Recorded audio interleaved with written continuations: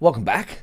So in the last video, we had a look at a few tensor attributes, namely the data type of a tensor, the shape of a tensor, and the device that a tensor lives on.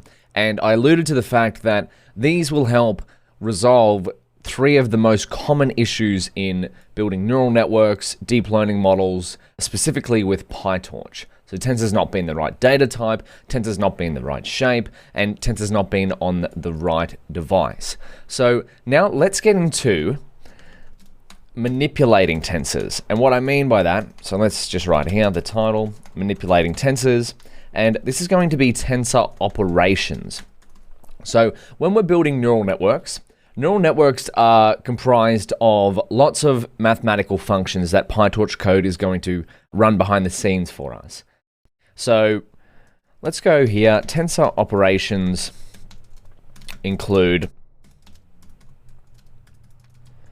addition,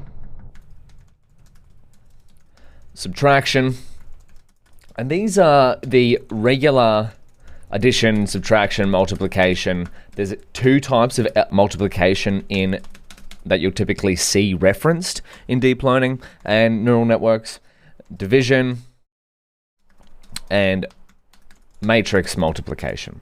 And these, the ones here, so addition, subtraction, multiplication, division, are your typical operations that you're probably familiar with. Matrix multiplication. The only different one here is matrix multiplication. We're going to have a look at that in a minute.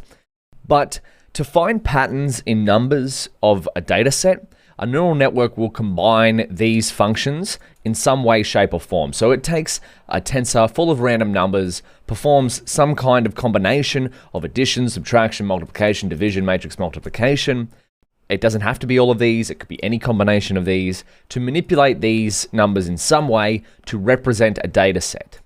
So that's how a neural network learns, is it will just comprise these functions, look at some data to adjust the numbers of a random tensor, and then go from there. But with that being said, let's look at a few of these.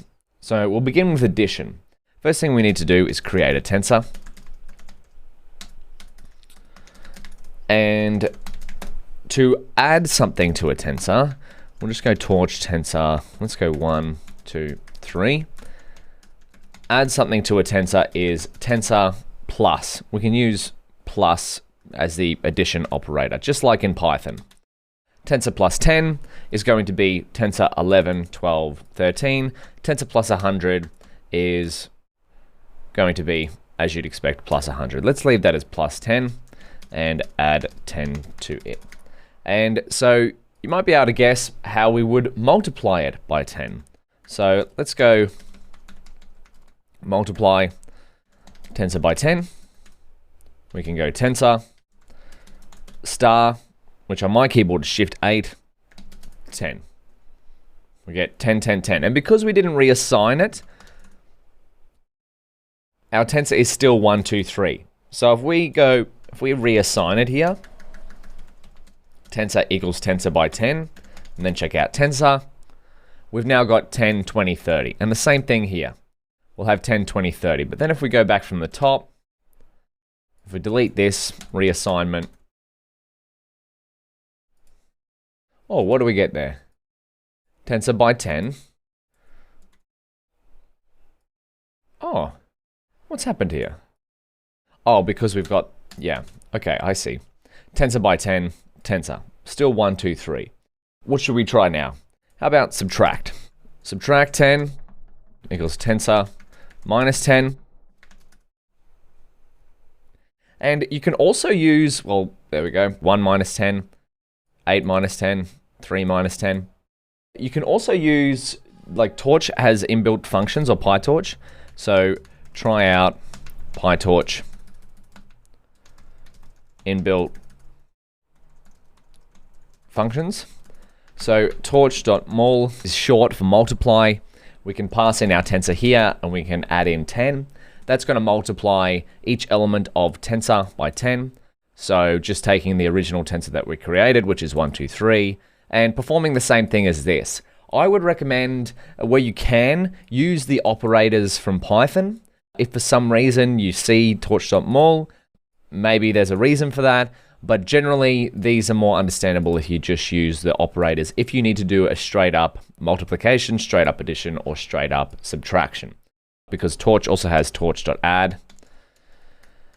Torch.add, is it torch.add? It might be torch.add, I'm not sure. Oh, there we go. Yeah, torch.add. So, as I alluded to before, there's two different types of multiplication that you'll hear about, element-wise and matrix multiplication. We're going to cover matrix multiplication in the next video. As a challenge, though, I would like you to search what is matrix multiplication.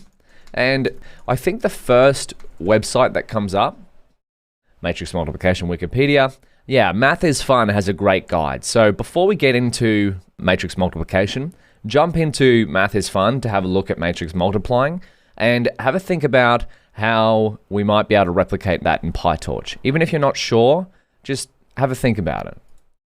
I'll see you in the next video.